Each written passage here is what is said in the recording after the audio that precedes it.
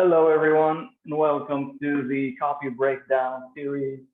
This is the first episode of the series, and the idea is to break down copy from the best marketers in the world. And this first week, I'm going to be focusing on email copy. And then in the next coming weeks, I'll be doing more controls and copy that has been written from like real legends and old copy. So this first episode, I choose an email from Chris Orzechowski. If you don't know Chris, he's an email copywriter. He has an email marketing agency working with e-commerce brands mainly. So to give you some context, I received this email, and it's part of a promotion of the event that's coming next week, the Copy Chief Live. It's Kevin Rogers' event for copywriters and marketers. So before starting to break down the copy, there is something I want to talk about, and I think it's the most important thing when it comes to email marketing. And it's not the subject line, it's not the hook, it's not any of that. It's just the from Chris Orzechowski. So imagine you have 10 emails in your inbox that you have to go through. Nine out of 10 are from people you barely remind the name, and one of them is from your best friend, your father, or someone who you love. Which one would you open first? Probably the one from the person that you love and that you know personally, right? And then maybe if you have time, you'll go to another one and another. What I'm saying is that to get the best open rate and get the best return on your investment when it comes to email marketing, you gotta build that presence in your prospects inbox. Now, if you're in a competitive niche like marketing, copywriting, stuff like that, you should be emailing at least 5 times a week.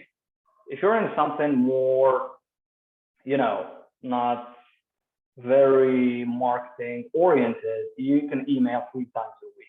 The idea is to build that presence in your prospect's mind. So every time he sees your name in the from, he knows what to expect and he knows who you are. With that being said, let's get started. So the email is from Chris Orzechowski, and the subject line is A Tale of Two Email Marketers. The subject line is intriguing, and it has a bit of curiosity in it because we all love stories. We all love to read stories. And at this point, Chris has built this report with his list that he tells stories, and his stories are fun and engaging. So I open the email, right? And it starts like this. There is this old street journal ad that introduced an epic story framework been used in many of the world in copyright. It's about 2 guys that graduated from college and took jobs at the same company, etc. So what you notice here is there is no salutation, and he goes straight to the point. He starts telling the story, and this is, if you don't know the story, it's been used in a sales letter, I think 20 or 30 years ago, something like that. And it's one of the most famous sales letters ever. And then what he does, he says, so basically one of the guys, he was a middle manager, and the other guy became the president. So what was the difference? So he asks the question, and this is a very powerful technique in copywriting, and it's called the open loop technique. Because what he does is basically he doesn't give you the answer right after, he just asks the question, and it opens a loop in your mind. So now you will subconsciously continue reading to find the answer. And that's very powerful stuff. And then it goes on. I'm sure you've heard some variation of the story, this kind of especially all the time, especially in the world of copyright. And then here starts the copy.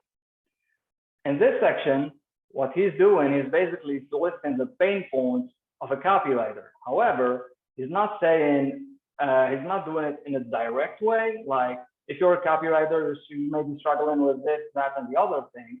He's telling his story And this is very powerful because it respects one very core principle in copywriting and in sales in general, is that people don't like to be sold to, but they love to buy. They love to buy, but they don't like when you sell to them. So what he's basically doing is disarming the reader by telling his story in the reader's words. So he says, I remember when I first started out, there were tons of people who were ahead of me. They had clients, they had big networks, they had cloud, they were making money. I thought no matter how hard I tried, I'd never catch them. After all, they had a 100-mile head start. How could I ever close the gap?